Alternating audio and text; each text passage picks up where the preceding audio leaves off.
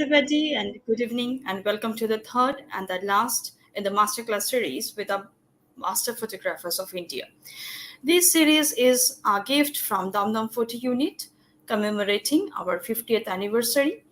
Established in 1973, the club uh, has been the club was established by a group of photographers who had a vision to impart education and photography. That initiative in a room in Ramdam has culminated into a great institution under the guidance of Sri Dilip Kumar Bose. Presently, two courses are offered, basic and diploma. Both are affiliated to Image Critic Society ICS USA and Federation of Indian Photography, that's FIP. The details are available on our website www.photography.com.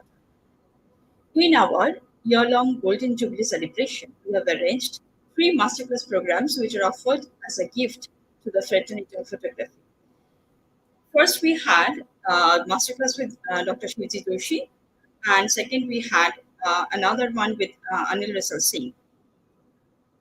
Dear viewers, as you search for hotels for your vacation and you appreciate the sprawling lawn, the beautifully designed rooms, you unknowingly appreciate photographs taken by none other than Mr. Vivek Das.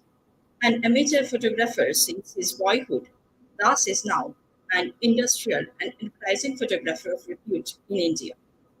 His clients include Tata Steel, ITC, Hindustan Motors, Tata Tea, and the other tea majors in India, Khadims, Bata, Bengal Ambuja, CSC, Apple Computer, Bellevue Clinic, and many other hospitals in the city and others in the country. This briefly summarizes how vast and diverse his work is.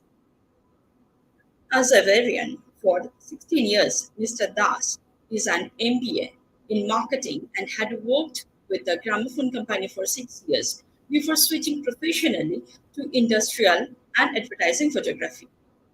In his photographic journey, he has shouldered many responsibilities in different prestigious organizations. The biography of M. A. Chidambaram, who was an industrialist, cricket enthusiast, and a member of Royal Chettiar family of South India, is one of his famous book projects. He has received many awards in his professional journey. Advertising Club of Calcutta has awarded him with the prestigious Hall of Fame Award for his outstanding contribution in 2013. His studio in Kolkata is one of its kind. Now, let me welcome Mr. Vivek Das. Good evening, Sanchita. Good evening, sir. Thank you very much for that introduction. Thank you. I hope people will enjoy this session, and I'm looking very forward to showcase my work. I've been in this profession for now almost close to 48 years. I started my professional career in the year 1974. So over the years, I have gone through the various stages of the technical part of photography. When I started my career in 74, there was practically no color available. So all the advertising for magazines, newspapers, and all other display material was done in black and white. Then over the years, gradually, color started coming in. After black and white, there was color negative. So for advertising work, we had to take separate shots in color. Then there would be professionals who would cut out various sections of those color prints, paste them together, and make artworks. And from those artworks, the advertising campaigns would proceed. The next stage was transparency. So that was known as reversal film. So transparency was color, but it was reversal. So instead of making artworks, one could shoot directly on film, and the film could either be projected or it could be scanned, and the scanned digital output would be much easier to manipulate than making artworks. The next stage was direct digital photography. So that was a complete switchover from the film medium. So black and white, color negative, transparency, all that was bypassed, and the entire image would be captured on a digital medium. So that had, and today that is the process that is widely used. That has very many advantages. So first, it's quicker. One can see the results instantly. You don't have to wait for the film to be developed, processed, and hope that the processing is done properly. And we also save the time on sending the film to a professional scanning unit, get the results. So the photographer now has total control over Yes. his work. So this is how I've been shooting since I turned fully into the digital medium since 1999, around 2000. And from then onwards, my work has been completely shooting on digital medium. So I have some photographs here, mainly still life, tabletops, mainly Yes. product photography. Yes. There are some food shots also, which is basically also a kind of a product. So though we talk about food photography as a separate category of photography, and there are people who specialize only in food, there are people who specialize only in fashion, but I dabble in all the genres of photography. So since I was requested to give a talk on uh, still Product life photography. Yes. product, I've included some food shots also. So can we start Yes. You please. displaying the pictures one by one? So this is one shot that was taken for a client of mine who was based in Boston, USA.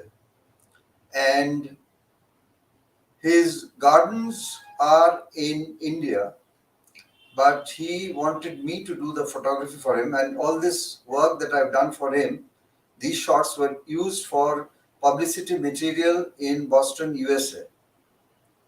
So this is a typically tea setup where the highlight is on the rich golden liquor of the tea, and the rest are all props. And you can see the packaging, the can in which the tea is sold, a silver tray is there, and other accessories for making tea, like the sugar container is there, the milk container is there, a little rose is kept in front, and few slices of cake, which normally goes well with tea. So I didn't have too much of color except for the rose. I tried to get a similarity between the color of the tea liquor and the rose. So there was nothing that could distract the viewer from the color of the tea. So I would like to move on to my next photograph. This is for the same client, Signature Estates, and this is a slightly different shot where the grapes were used as props, and this is iced tea. The background I have is a perspex sheet through which light is passed, and liquid comes out best when you backlight the liquid. So glass containing any form of liquid, if you put light from the front, it is very uninteresting. Plus, the light passing through the lime slice, the green color, also adds a little contrast to the composition, and the grapes were just there as a prop. So basically, this was used for advertising material for iced tea. The ice cube that you see there is not a real ice cube because the real ice cube melts. So this is an acrylic ice cube which is made specially for this kind of photography. I move on to my next picture. I do a lot of jewelry work. So this was for diamond jewelry for a client in Kolkata. And naturally, so we tried to make this a little more interesting. So I had some coal blocks, chunks of coal, which were placed on a metal tray. And on that tray, I had a little bit of water. And that ring was resting on that water. And I had a bit of blue gel at an angle which was reflecting. So it added a little color to the entire picture. In diamond photography, I found from my experience, the color blue, especially if it's dark, goes well with the diamond. So diamond looks best against either a blue background or a hint of blue somewhere. And at the time of the shot, we blew a little air into one corner to get the ripples. So overall, this shot was taken for an advertising campaign where it was used as a double spread in a brochure. This shot was done for a client who manufactures shirts. So a shirt is a shirt, but then I was told that try to make it a little more interesting. So on my tabletop, I placed the shirt, had the tie, and all these accessories, men's accessories that go with gents wear, like a bottle of cologne, a pen, and then I had sand all over the place so that only the collar and the brand name would be visible. I had a warm light from one end. The idea was not to show the actual color of the shirt, but to have something interesting, a play of shadow and light, the shadow of the spectacles, the shadow of the tie. It adds a little interesting element. So I did not want this shot to be uh, lit in a very flat manner. The client was quite happy with the results. I move on to my next picture. This was for a perfume client. So, like I mentioned earlier, liquid comes out best only and glass when you backlight it. So, the entire background was perspex sheet and light was placed at the bottom of the sheet and also at the back. So it formed a continuous background. And the front, I had just a couple of reflectors. So basically, there were just two lights and two reflectors. And we have two colors here. One, this light lemon yellow, and this other, this almost brownish red. And I have the bird placed in such an angle as if the bird is looking inside the bottle.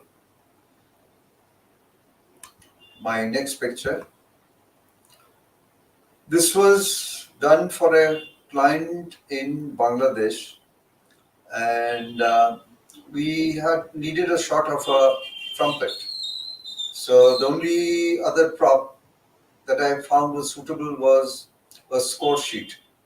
So I placed this score sheet, and here also a lot of play of light and shadow. So I don't believe in flat lighting. So here basically there's just one source of light and just another one or two reflectors.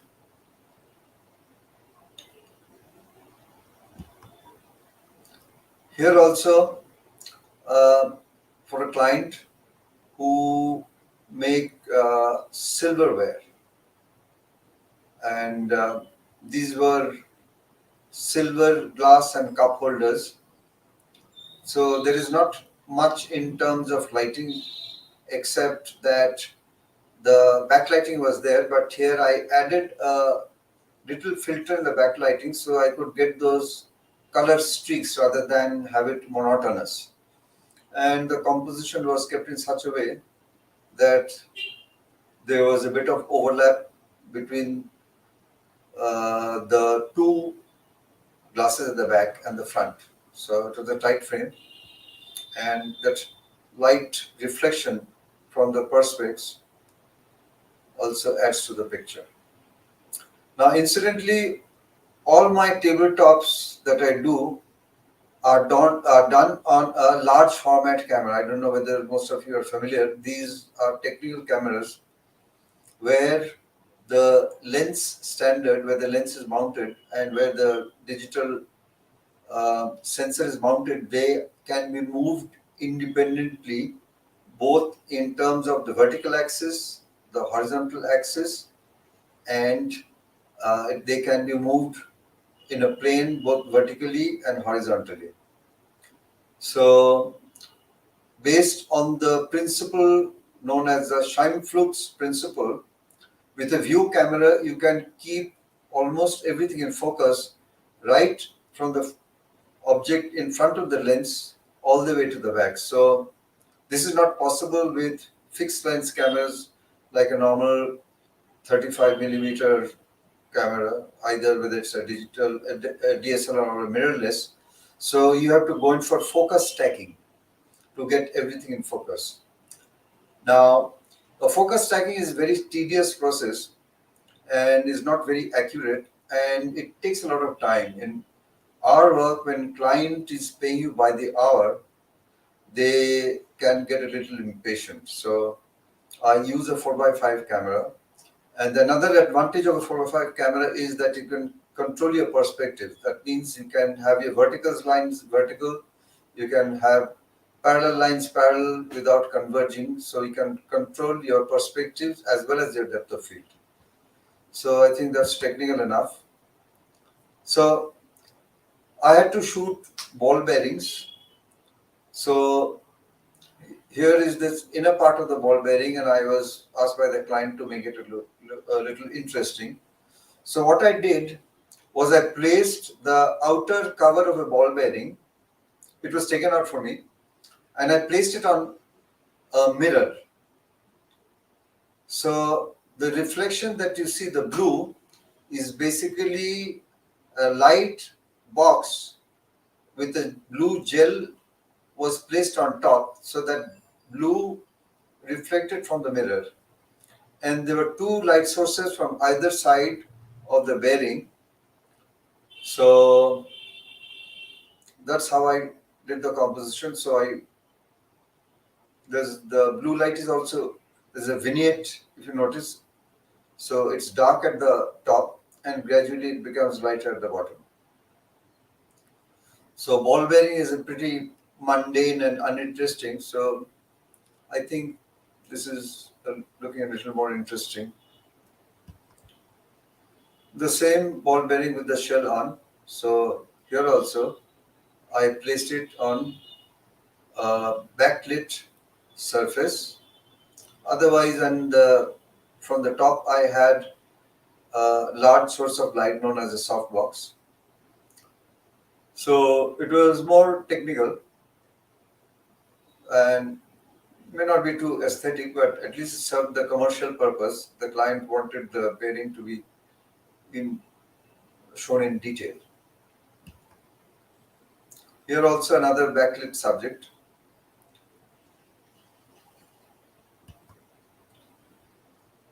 I do a lot of jewelry photography.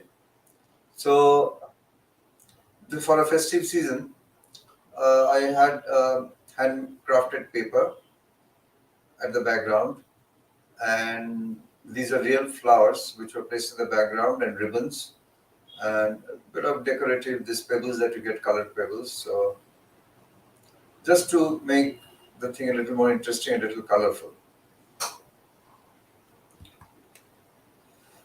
My same client from Boston, Signature Estates. So they have tea bags, and the tea bags are triangular in shape, and they have different kinds of tea, flavored tea, all kinds of tea.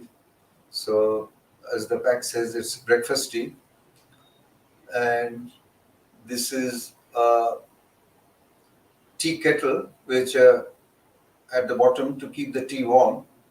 A tea light candle is there, and a statue was placed in the corner to just enhance the picture.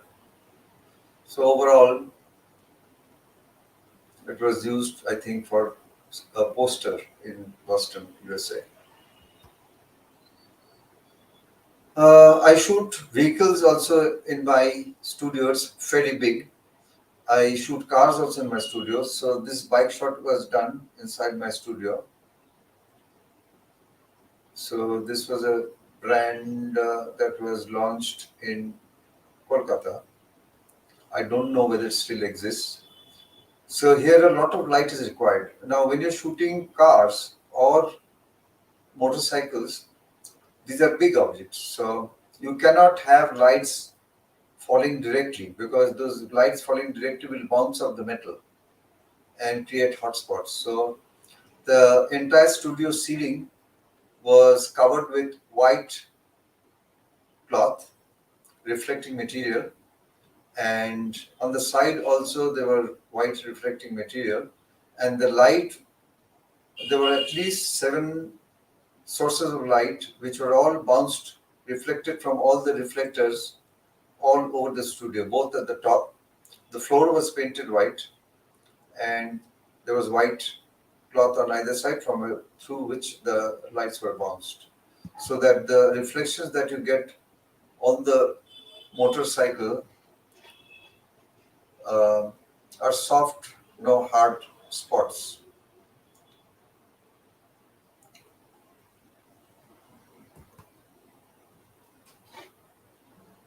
This is mixie, what we know for Khaitan. So I do a lot of appliances photography. So the appliance comes with 3 separate jars.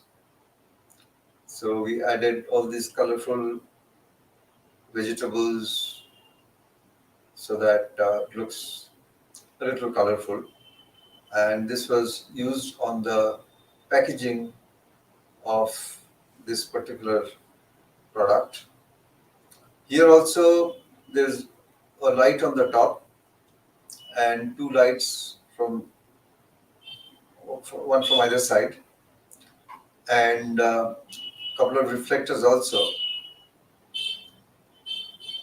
And there's no editing here. These are basically a straight output from the camera. All these pictures that you see are, most of them, in fact all of them, are not edited. Any editing that has to be done is done by the client side in case the lettering of the brand is not very clear, or there are product defects. So that the client or the agency handling the client, they do it. But these are shots coming out straight from my camera. This was a still life that I did with 2 colored peppers. This was not a commercial assignment. This is just I did something for myself. So a combination of 2 colored bell peppers.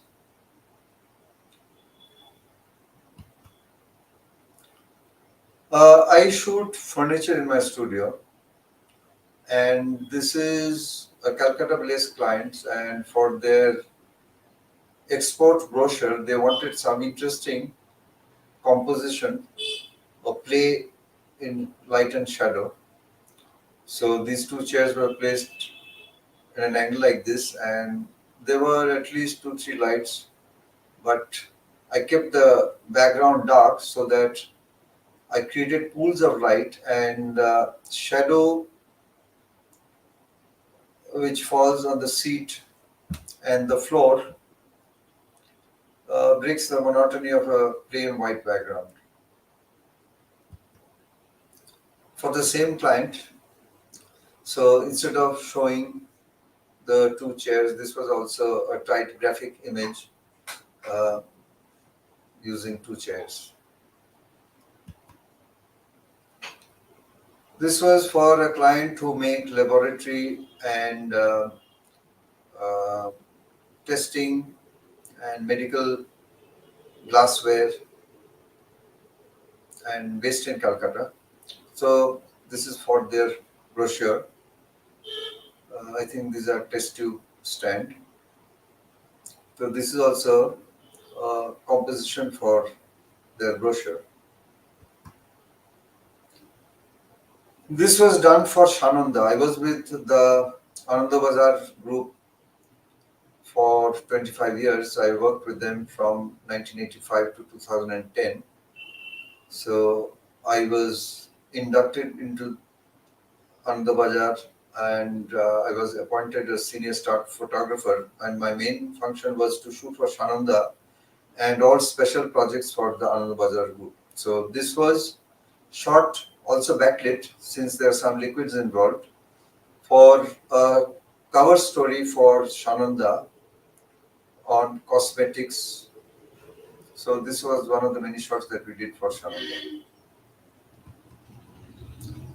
This was also testing equipment for this client who make laboratory testing equipment. So this is a centrifuge which is used in the medical profession.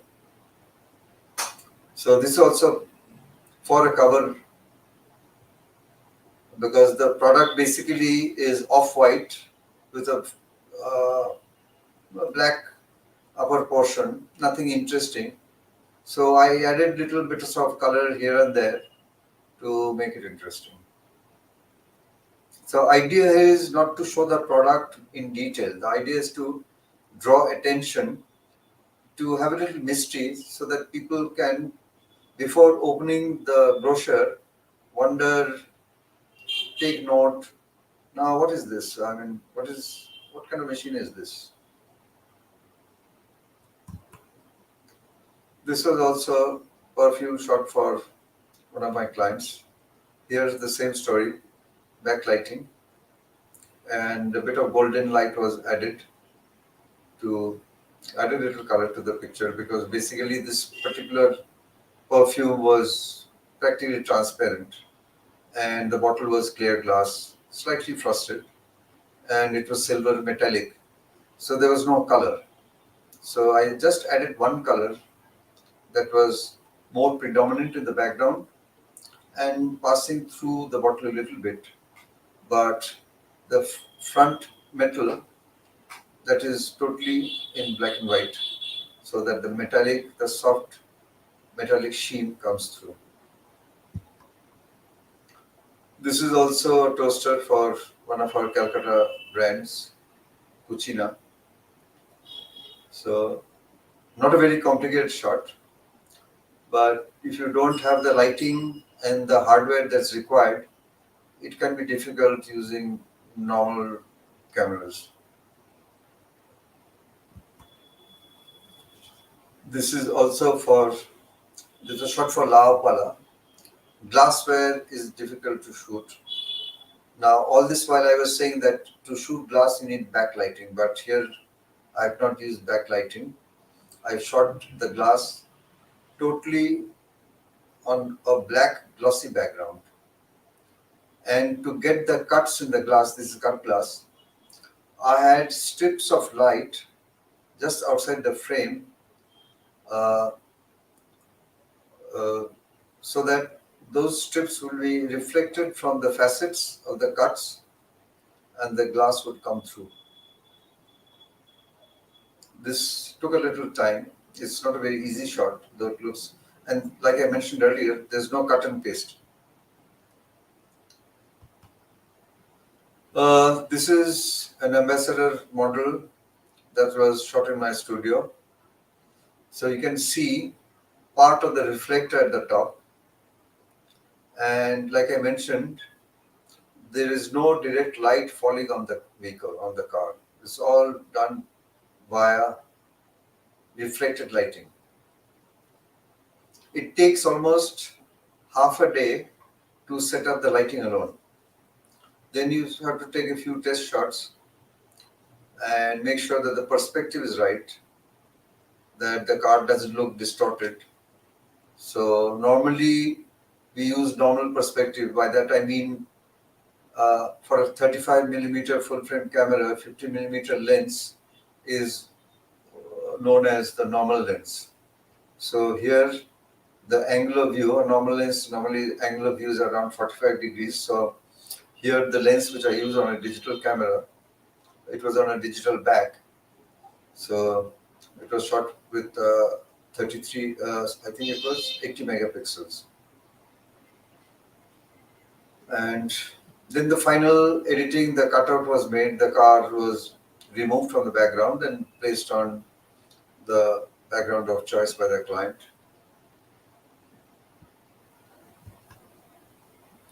This was for a spectacle client, GKB, also a Kolkata client. So they wanted a shot where the frame has little accessories all around which are relevant. So here we have a part of a laptop computer showing a notebook and a pen. And those streaks of light was actually, I had a Venetian blind at the back, which is beyond the view. And the top of the table was white laminate sheet. And through the Venetian blind, which is outside the view, I focused light through that to get those lines, the texture lines, and I added a little bit of color behind one of the spectacles, the bit of green and the bit of pink. That's the only bit of color that you have. Otherwise, it would be almost a totally black and white picture, which it isn't. Of course, the frame has a bit of color, light green on the one side.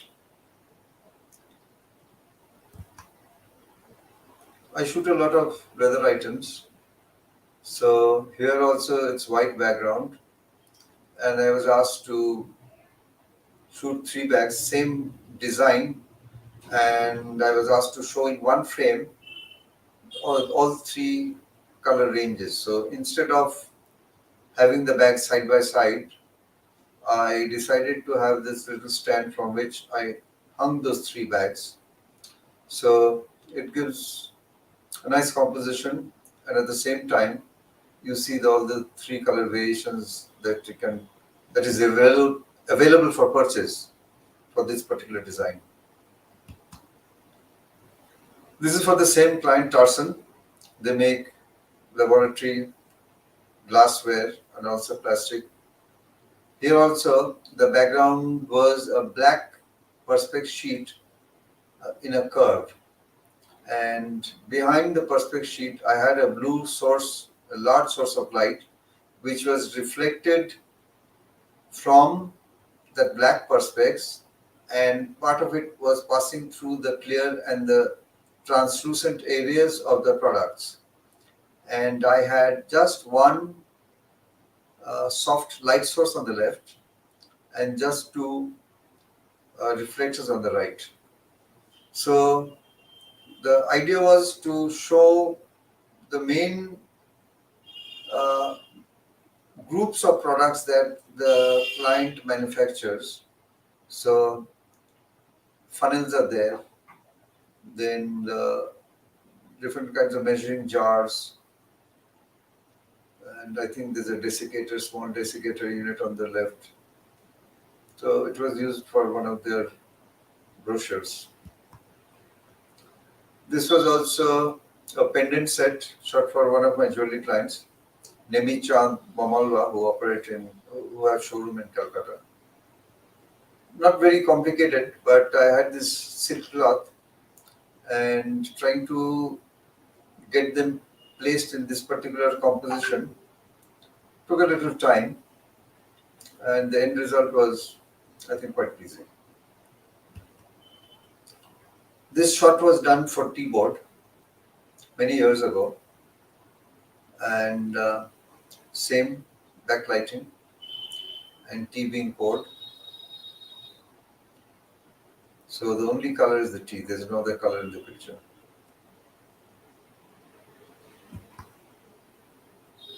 I do a lot of product photography for Imami, and this is not a very complicated shot, a simple shot.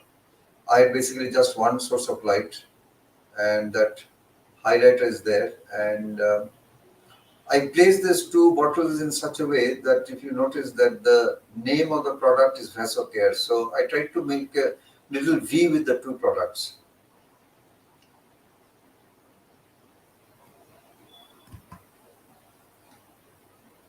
This was also for Link Pens, also a Kolkata client for me. So they wanted a composition with one of their uh, expensive pens, not a ball pen, but a regular pen with liquid ink inside, premium stuff.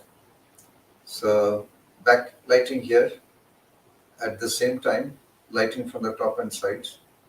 So the highlight was the nib, and I was asked to make sure that the lettering comes out very clear. And when you're shooting metal or metallic, highly reflective products, lighting can be very difficult and very time consuming. So there has to be an interplay of black and white. Sometimes some photographers might want to use what they call as tent lighting. So in a tent lighting, the problem is that there's too much of white. And unless you have a certain proportion of black, the feel of the metal doesn't come through.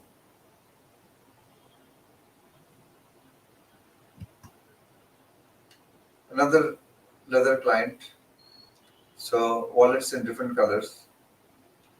So instead of using a plain background, I had pages from different magazines kept uh, under the products. And since these are wallets for men, so I had a bit of a person's man's face visible both at the top and a little at the bottom. So the target uh, for these products are men, so that angle was kept in the photograph. For the same client, a different set of bags. Here also the challenge was to bring out black bags against a black background. So you have to rely heavily on controlled soft boxes, so it reflects from the material, so that the texture of the leather comes out. But there should be no strong highlights where the product burns out and you lose detail. The bits of uh, metal where the company's logo is there, so I had to make sure that at least one area that logo was visible on the bag at the top left corner. This was a whiskey shot for a client based in Delhi. So they decided that I should do their photography. So they came down with their products and they wanted a rugged kind of look to that. So we wanted a story about a man, maybe a cowboy. So I arranged with from my prop coordinator props from some, I think it is wheat. They were imported from Bombay. They're flown down by courier because it was not available in Kolkata. And the cowboy hat and the lasso and boots, ropes, everything were kept as props in the background to bring out that rugged feel. Here, there was only mainly one light source, and there was no light behind the bottle to bring out the liquid. But what I had was a white piece of board cut out in such a way that it's not visible outside the shape of the bottle. And light reflecting from that card is passing through the bottle and brings out the richness of the whiskey inside the bottle. So, like I mentioned earlier, there's no editing here in this shot also. It's straight out of my camera. And with the use of a technical view camera, I managed to keep everything in focus. So here also, sometimes for liquor clients, it makes interesting pictures to have liquids uh, jumping out of the glass. So these shots are also very unpredictable and sometimes very tricky. So you have to drop, here in this case I was dropping ice cubes into the glass and we had to take many shots one after another. And I had to use very high speed flash so that the liquid will be frozen. A normal flash you will not get liquid frozen. So I use high-end brown color lighting and you can freeze, you can freeze bullets. You can synchronize flash at almost 1/4000 part of a second also. One of my clients is window glass. They make textured glass. So to bring out the texture, I used a blue gel in the background behind the textured glass and control lighting on the flower, and the little red and the little green of the leaf breaks the monotony of the blue. So here also, textured glass lighting can be a little tricky, but when one is shooting for many years, one knows what needs to be done. So it was mainly backlit, but it had the angle of the light had to be carefully controlled to bring out the texture in the glass. And as you can see, the vertical line is vertical, and all the designs are almost vertical. That was could be only achieved with the view camera which I use, where the perspective can be controlled and the depth of field also can be controlled, so everything in sharp focus, right from the top to the bottom, from the left to the right. A similar shot like we saw earlier. I shoot furniture also in my studio. So the floor was laid out as you can see, uh, and then backdrops were added to create a corner. And I have a very large uh, light source softbox which measures almost 4 feet by 3 feet, hung from my ceiling and running on a roof track, so I can move it from any point. So that is to simulate light from the ceiling. Plus, there are lights from the sides and a bit from the front. So these kind of shots also take a little time. This is also for a Calcutta client. So they have these very funky cups and saucers in various colors. So nothing very complicated, quite a simple shot. But I kept the cups in an angle which looked pleasing somewhat, I think. Also, tabletop crockery shot on wooden laminate sheet. So we have a tea set, the components of a tea set, and also dinner plates. So almost the entire range of products manufactured by the client is here in one shot.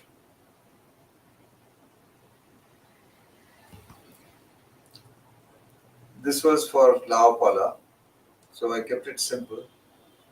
There's the main light from the left hand side and another light source from the top.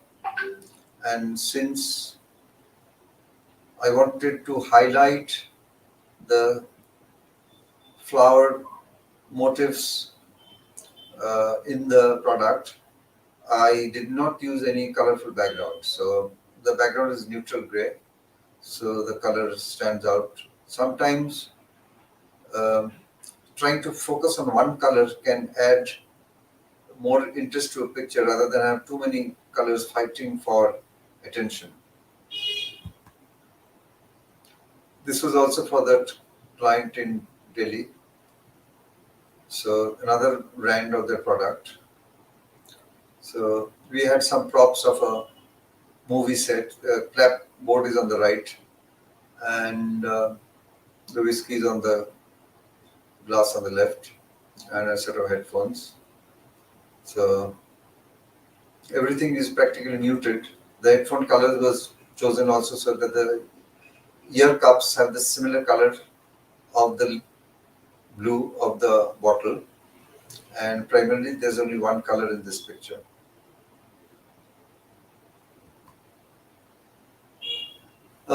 I shoot a lot of the arms manufactured by the gun and shell factory in Ishapur. So this was done in the studio. Shiny product. So direct lighting cannot be used. So a lot of soft boxes and a proper choice of focal length. And here also, thanks to using a technical camera, without focus stacking, everything is in sharp focus. This was shot for Laopala, and a plate is a plate. So I wanted to do something interesting. This was also for a cover shot. So the client said, I want a shot from the top. Normally, when you shoot products from a top, they become two-dimensional. So what I did is there are 3 dinner plates at the bottom. Then I balanced 3 quarter plates on top of those dinner plates to create a second level, and a small bowl was kept on top of the quarter plates to add a third level.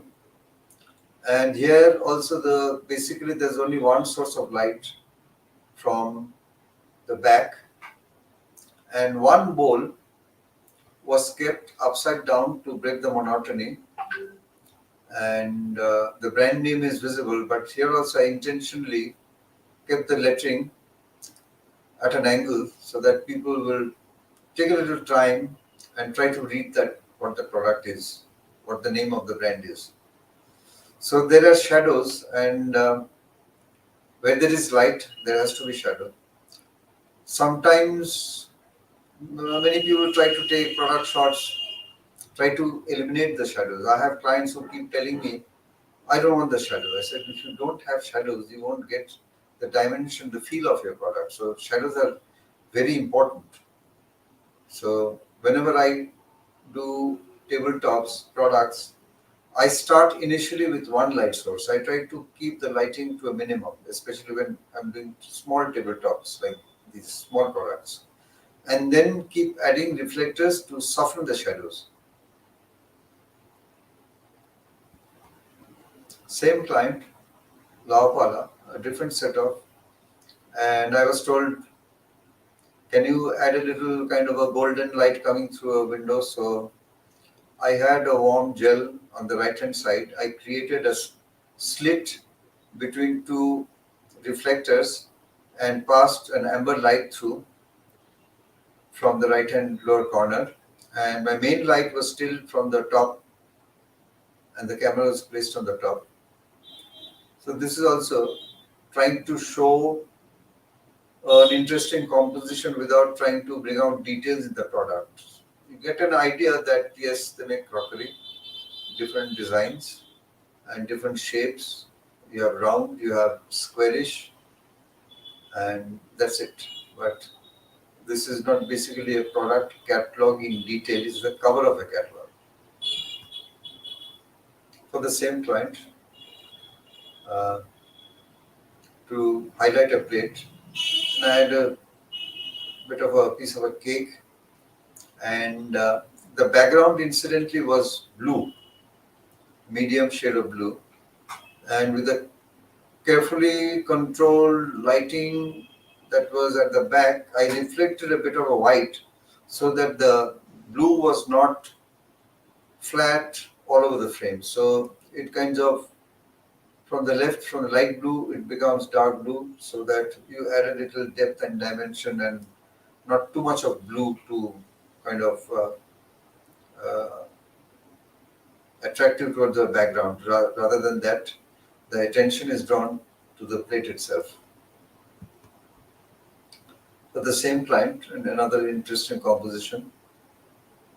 Here also added little uh, bluish light from the side. I intentionally kept a little of shadow in front so that the volume, the roundness of the product comes through. I shoot a lot of food, so this was for 6 place for the takeaway, which they started some time back. Here also, the light is from the back, the main light, so that it casts little shadow on the second cutlet.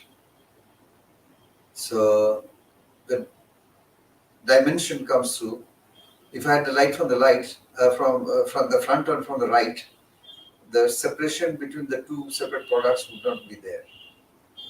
And the carrots and there was a food stylist who did the styling for me. So we try to keep it very simple. For the same 6 takeaway, another, this was I think a chicken roll or something. So the idea was to show when you order, it is delivered in that box. So the idea was to show the brand and the box and the product itself. This was for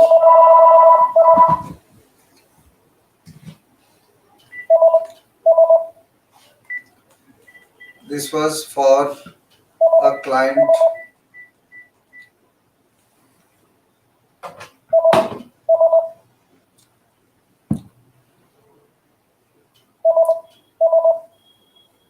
This was for a client who make LED lighting, and LED light strips by itself, they're not very interesting. And I wanted to light it. So I lit it, and I had these coils. So it was kind of a random shot, which they used in their brochure. So for the same client, Magic, it's called Magic Lighting, I think, is part of the Century group of companies. And the different products. Now for this, I created this set. These are wooden blocks, round blocks, square blocks at different heights and different shapes, and I placed them at different levels to create platforms where I could place the light. So otherwise, all these products in a group, if I had to lay them on a flat surface, you won't be able to see everything in detail. So the products right at the back would be far away, look a little lost. So in this shot, they're almost at the same distance from the viewpoint, and they're kept at different random angles. So overall composition for a cover of their brochure.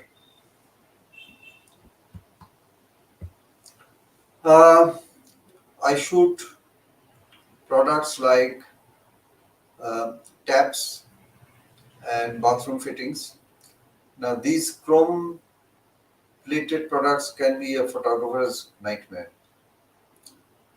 So there are at least 4 soft boxes. They're all shot in the studio, all around. So here also, the idea is to bring out the details of the products the background support system was created by me, and finally the shot would be cut out and added on to a bathroom wall, which would be superimposed later. So to bring out the chrome, like I mentioned earlier, there has to be a sufficient proportion of black areas and silver shiny areas. The black areas are the gaps between the light sources. So a proportionate interplay of black and completely shining white creates that chrome feeling. This is a very mundane product, jerry can, but sometimes bringing shooting this in detail to keep the softness of the product, the container, is not easy. This was done for sham steel. This is a table fan, another range of the products that I do. Here also, to bring out the details of the blades as well as the frame, the wireframe guard, I had to use a shade of gray that would be not too dark or not too light, so that the blue would stand out of the blades and the body, and also the guard frame, the circular frame, would also stand out. This is for the same client, a wall fan. Uh, Mounting all this can be a little difficult, but I have setups in my studio to mount these kind of products. So nothing very complicated, but it takes a little time to set up the light and get everything right. So this is a ceiling fan. Now ceiling fans, you cannot shoot hung from a ceiling. When I shoot ceiling fans, the ceiling fan is kept on a mounting system facing upwards, totally 180 degrees upwards. And the lighting is done with the fan facing upwards. Setting up the lighting for fans, especially if it's a metallic one like this, can take anything between 2 to 3 hours just to set up the light. And to control the reflections also can be a little difficult, but with experience it's manageable. Recently, I've been doing a lot of shoot for Sonodyne speakers, and this is the new range of speakers they've launched. So they've sent me the speakers and told me make a group composition so that the different shades of the products come out in one single shot.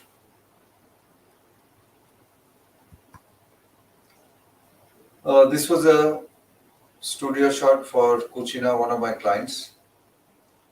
So the black glass top of the cooking range, the gas range, to bring out that shiny effect, I had a perspex sheet vertical to the tabletop, and I had to control light on that perspex sheet so that little reflection from the top of the glass gives you that feel that this is not just jet black, but this is glass. At the same time, to bring out the brass, I had reflectors and light sources from either side. All this for the Cucina catalog. Another shot, this was done with a wide angle lens, kind of mood shot for Sonodyne. This is for Cucina. Not very complicated, but shot with a technical camera, so the vertical lines are vertical. There's no perspective distortion, everything is in focus.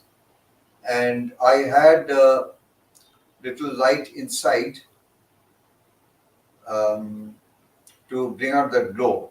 I mean, normally this light wouldn't be very bright, but to bring out the details, I had a light a little brighter, and this was shot in darkness, so I gave an exposure of, I think if I remember correctly, about 4 or 5 seconds to bring out that glow inside and the details. For the same Cucina client, this is a range hood which here we call chimneys. Product photography. This incidentally is not stuck on a wall. This product was uh, kept on the ground, and my camera was kept at a height of about 6 feet, and the lighting was from the sides. So the client initially said, but our product is in the wall, so how can you keep it on the floor and shoot? I said, well, let me do the shot for you, then you decide whether it looks as if it's done on the wall or not. So after the client saw the shot, was quite surprised and agreed that yes, it does look as if it's mounted on the wall. Because mounting a product on a wall can be very time consuming. Initially, when I did this many years ago, this series was done very recently.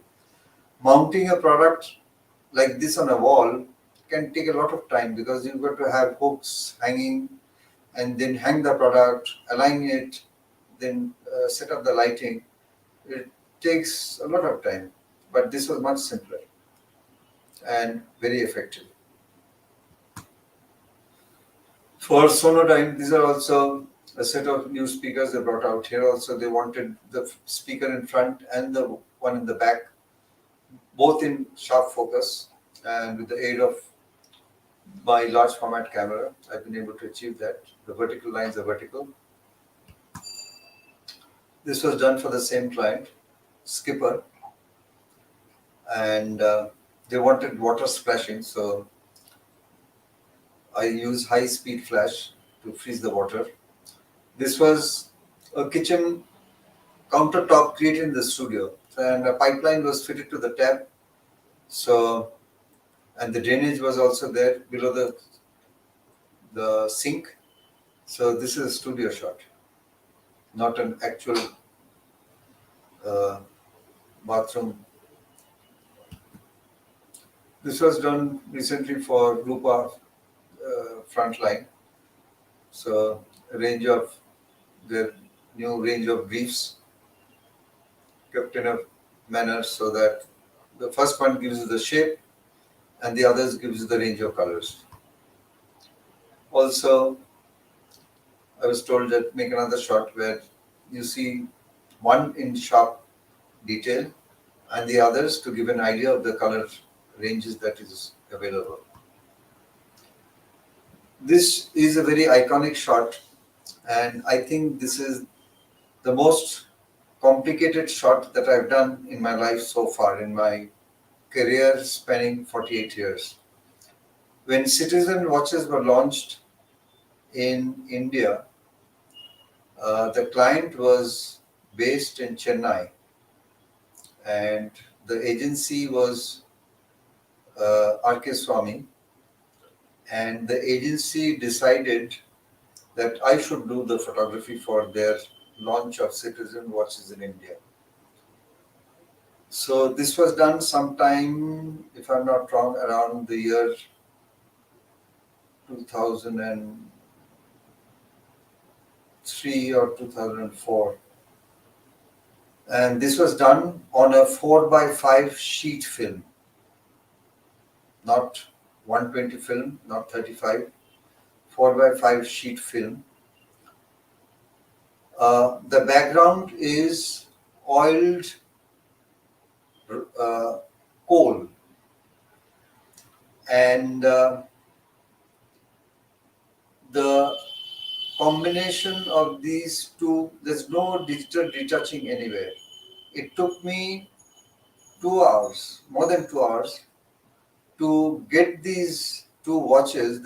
The client said that we have the same design in two different faces, one dark blue and white. Can we have a shot where we can see both the faces in one shot? So the art director who flew down from Chennai had enough confidence in me, So this was shot on 4-inch by 5-inch transparency film. And incidentally, I used to do all my film processing myself because I found no laboratory in Kolkata who could do justice to my work. So I used to do all the shoots as well as do the entire processing. So the camera was mounted on a column stand and also another heavy duty stand. The distance of the lens, which was a 240 millimeter apochromatic lens, was about 4 inches to 5 inches from this combination of the two watches. And the distance of the lens from the distance of the lens to the sheet film was almost 3 feet. I don't know whether you can imagine this unless I show this graphically. It's difficult to imagine. So the image on the transparency film was larger than the actual size of the watches. So the detail that you get is incredible. It took me in a totally dark room 40 sets of flashes, I think there were three brown color lamp heads, the power packs with 6 lamp heads, firing 40 times in a totally dark room. And after every 15-20 flashes, the power packs would overheat, and we used to sit in the dark room, in the dark studio for at least an hour before the power packs cooled, and then I could continue with that shot. So this shot took me almost the entire day, and I think the results speak for themselves. This is a totally unretouched shot. There's no retouching anywhere. This direct, straight output from the camera. Another jewelry shot. Handmade paper was used in the background to highlight the gold. Like I mentioned, diamond, if it's only diamond, blue looks better, but when gold is there, somehow gold complements, browns and reds complements gold. And the only other different color is green. This was done for Steel Junction many years ago. So Steel Junction, they have their showroom on the bypass. And I tried to make a composition of a car with the tools that were available. So you have a screwdriver and a wrench and all these things. So it almost looks like a car. There's a series of ads that came out in the paper. This is just one shot from that series. So I think that's the end of all the pictures that I had to show. So I would invite some questions from people who are participating. If I can throw some light in any doubts that anybody has or some details somebody would like to know.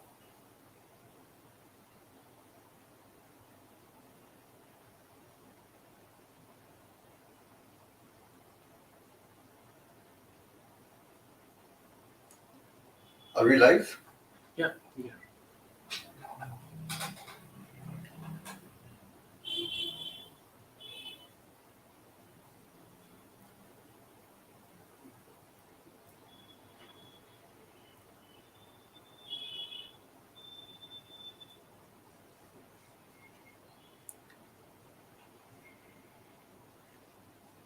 The end-to-end process from getting an assignment to planning, setup, finished work, what sort of thought process I go through. You see, when I'm doing work for a client, it's normally for advertising, it's a communication purpose.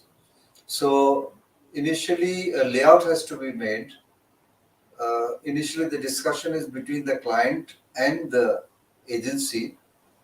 So when somebody is selling a product or a service, the design is made, and then after that is done, then I become a part of the creative team, and then they take my advice on how the photography should be done, what are the kind of props that would help, and the lighting. And at the time of the photography, the art director is there, and we do the framing, keeping in mind, like in this particular case, Steel Junction, in a particular shot where uh, copy has to be added. So we have to keep space for the copy, space for the headline. So for advertising photography, it's not that I decide everything on my own. It's a team effort between the copywriter, between the client, and the art director. But for me, the art director is the most important person because at the time of the shoot, he's there. And if the art director has enough experience, then it makes it easy for me to achieve results that are desired.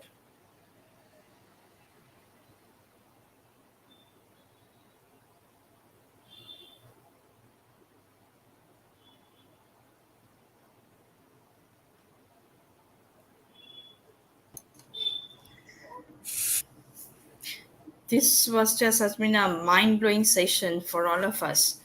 Like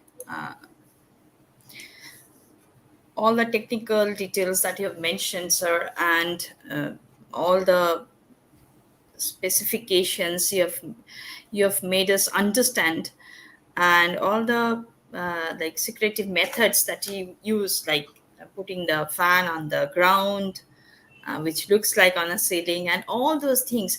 I think our students will be very much benefited by this session, by this masterclass. I just wondered like how wonderful they are, and this has been a really I lose my words actually. This has been an awesome session. Is there anything that you would like to share with us, or I can go to the question? No, I think I've mentioned or said whatever had to be said. But a couple of things. Um, you have to be really passionate about your work. I mean, there are people who want to, go into photography because they feel that, there's lots of money in that.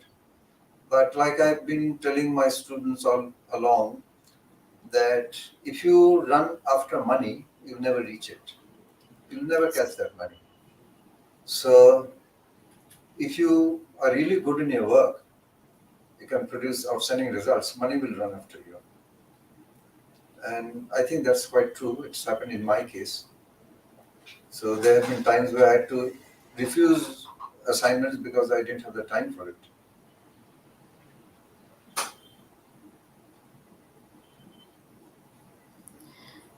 So the question is, what is the best camera and lens for jewelry and eyeglass photography? So, well, equipment, the choice of equipment depends on the final usage of the photographs. I mean, if you like, we used to have huge posters, in-shop displays that were maybe, more than life size.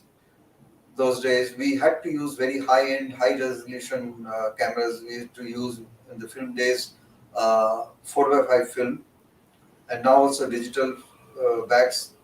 The current camera which I use is 100 megapixel, which with software can be increased to any almost infinite size. Now, using that kind of a camera setup for a jewelry shot that will probably be used in an Instagram picture would be overkill. So the choice of equipment depends on the end use of the picture. Then secondly is also uh, expensive equipment do produce excellent results, but then can we afford that expensive equipment? Especially in Kolkata, we cannot hire the kind of equipment I use is not available on hire. In Bombay and Bangalore, there are people who hire out exactly what I use. So The choice of equipment would depend on the availability and the final usage, like I mentioned. And especially if it's shooting jewelry, most clients would want the jewelry to be pin sharp from the front to the back. Now, this is difficult, like I mentioned earlier, to achieve with a standard fixed lens camera. So, Photoshop gives you that facility for focus stacking, like I mentioned earlier. It's not foolproof. It can be time consuming, and for commercial work, the client is not going to give you that much time to waste on focus stacking. Because I tried this just to see what it's all about. Because I don't need to use focus stacking because my equipment doesn't need it. I can, with my technical camera, with my Cinar view camera, I can keep everything in sharp focus using this swing and tilt and other features available. So it would be a little difficult and commercially not a very practical thing to use focus tracking. Okay, so there is another question, which is how much creative liberty you generally have during the shooting process.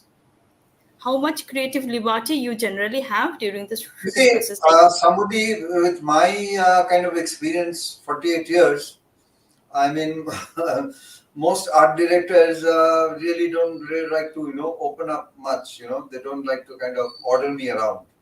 So they tell me that these are the requirements in terms of my client, and this is what we have in mind. So now you suggest. So I have full liberty, but that doesn't mean that I dictate.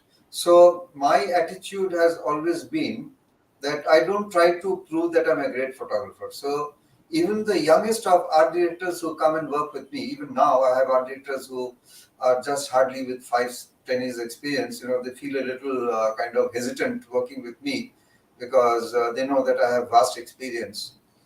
But I know I treat them like I would treat somebody I've been working with for the last 30-40 years. So I still work with people I've been working for 40 years now. So there are not very many people who are still alive now, unfortunately. So I always try to keep the art director happy, and then I tell them that I think maybe if you do this in a different angle, maybe we might get something better or something different. So would you like me to try that? And if he says yes, yes, please. And if I find I do something with the art director likes, or the client, sometimes the client is also present, they feel that this is better, it's all the better for all of us.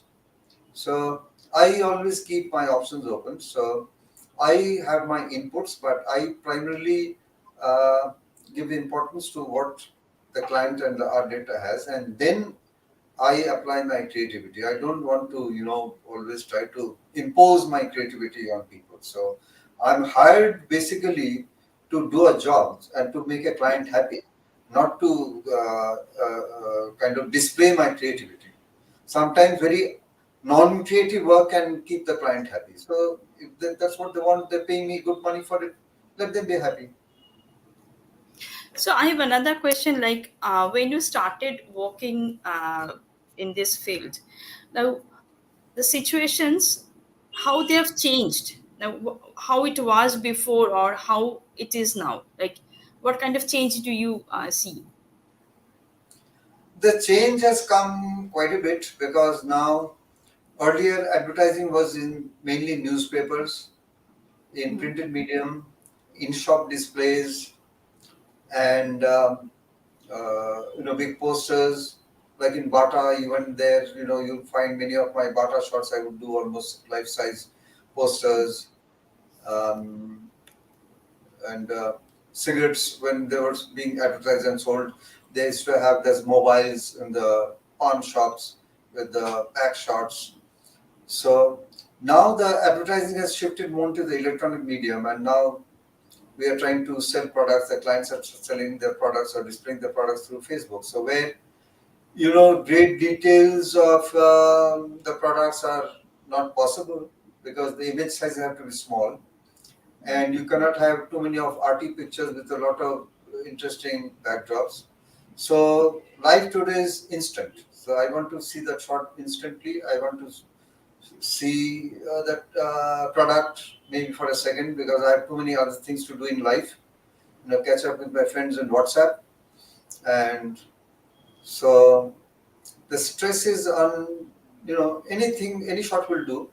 As long as I get an idea, I buy products on Amazon or Flipkart. So I see a product, I buy it. I don't want too much details. Get the product, I don't like it, I return it. So people don't make judgments on products, buying decision based on the photograph.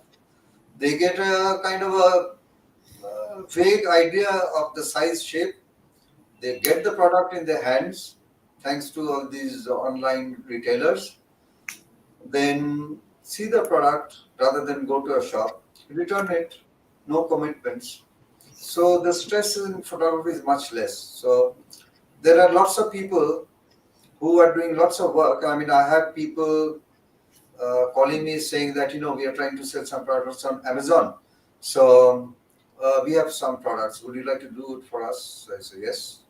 So we have, say, maybe some ladies apparel. So each apparel has to be shot in three different angles, and 100 rupees per angle for all three angles.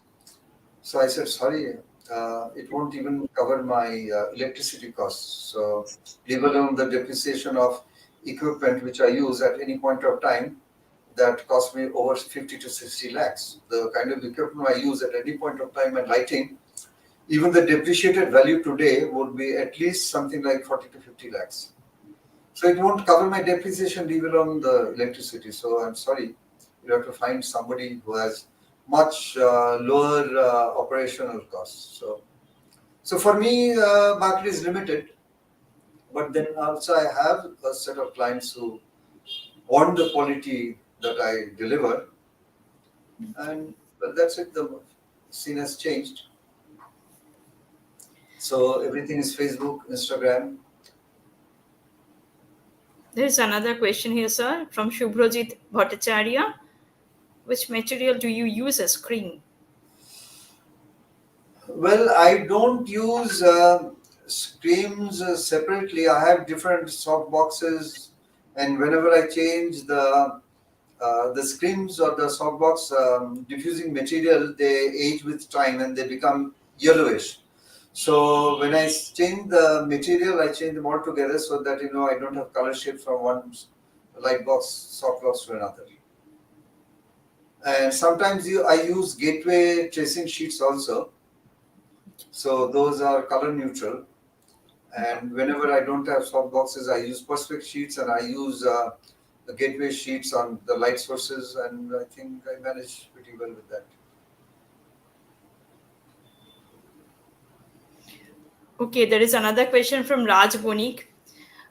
He is saying like, is there any story or composition needed in food product photography? Um, I've been noticing that over the recent times, the food photography that is shown on Instagram are total top shots, which I personally dislike, because food taken from the top, you don't have the height of a product. If I shoot, Yes.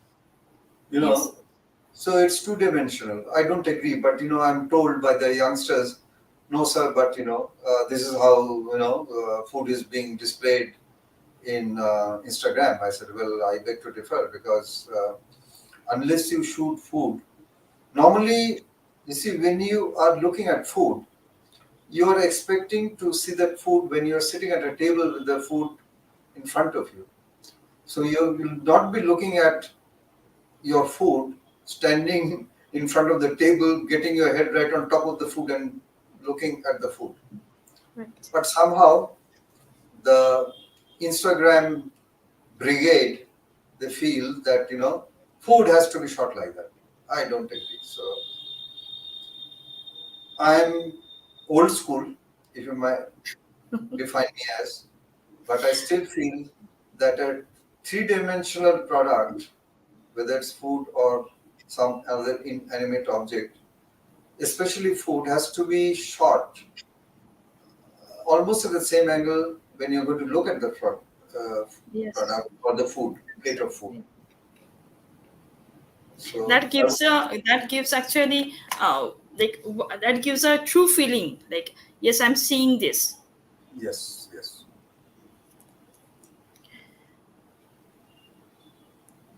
So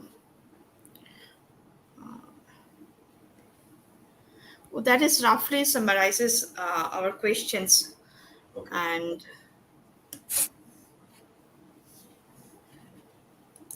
And now, this really has been a wonderful session, and before I conclude, I would like to call our Vice President, Oshim Moulik. Oshim, the welcome. Hello. Thank you. Hello. Hello, Shunda. Namaskar, Vivek ji. Namaskar, Vivek sir. Namaskar. Namaskar.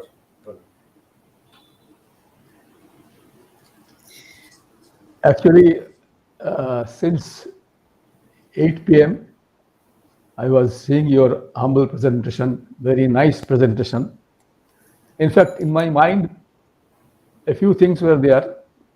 The online retailers like Big Basket or something like that, Amazon, people, etc. What we see from their ads, the even for example, the simplest thing, that is potato, onions, bell peppers, or whatever, they look very, very interesting. On seeing the photographs, we think these must be very nice to see. But when these are delivered to our houses, those are not like that. And the people like you are behind this magic. So, and you have explained very nicely how these magic can be created by placement of lights, selection of lights, positioning of the camera, of course, the equipments you have. And above all the things, what I have felt, that before you process, before you start taking your photograph, you have a lot of imagination about the product you are going to shoot. And then you somehow build up a story and the viewer's perspective, so that the product finally sells. The product finally sells, for which the assignment was given to you. I think by your presentation, you have enriched us, all of us, our students, and all the viewers. It was a very nice presentation. Once again, I should say thank you very much for this nice one. We see one of names very frequently on various newspapers, magazines, etc. You are a very well-known personality in this field. I, I have to praise you.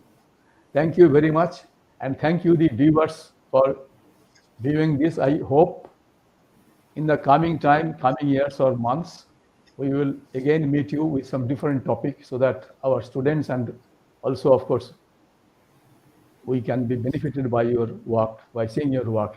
And finally, I am an old man like you. I say old is gold. You were saying that you are an old school person, but definitely old is gold. Thank you, sir. Thank you, everybody, The for old, being. old These school words, of thinking. That's what I actually wanted to that's say. true. Old school. Yes. Okay, thank you very much. And with these few words, we are signing off. Thank you. Okay, thank you very much for inviting me, and it was a great pleasure making this presentation. And I hope the participants uh, uh, have been enlightened a little and Yes, about what definitely. goes Of behind course, taking of these course, of advertising course. shots. But then, of course, there's nothing like a practical session, a practical shoot. But then, anyway, the limitation Right. of a webinar is this. So, thank you, everyone, and I hope the participants enjoyed the presentation. I'm sure there were a lot of questions which remained unanswered, but in future I shall be delighted, because I don't do only tabletop photography. I do fashion, I do industrial, I do interiors, architectural work. I shoot hotels and resorts. So I'm a jack of all trades, you might call it, and maybe a master of a few.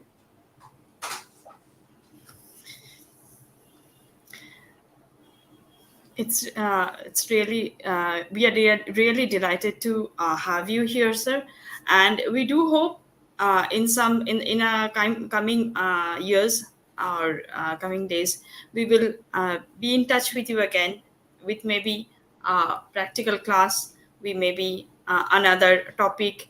uh, we have just seen a slice from your vast expertise, and really we are thankful to you so much. Thank you very much, Mr. Das, It was a for pleasure being and here. an honor.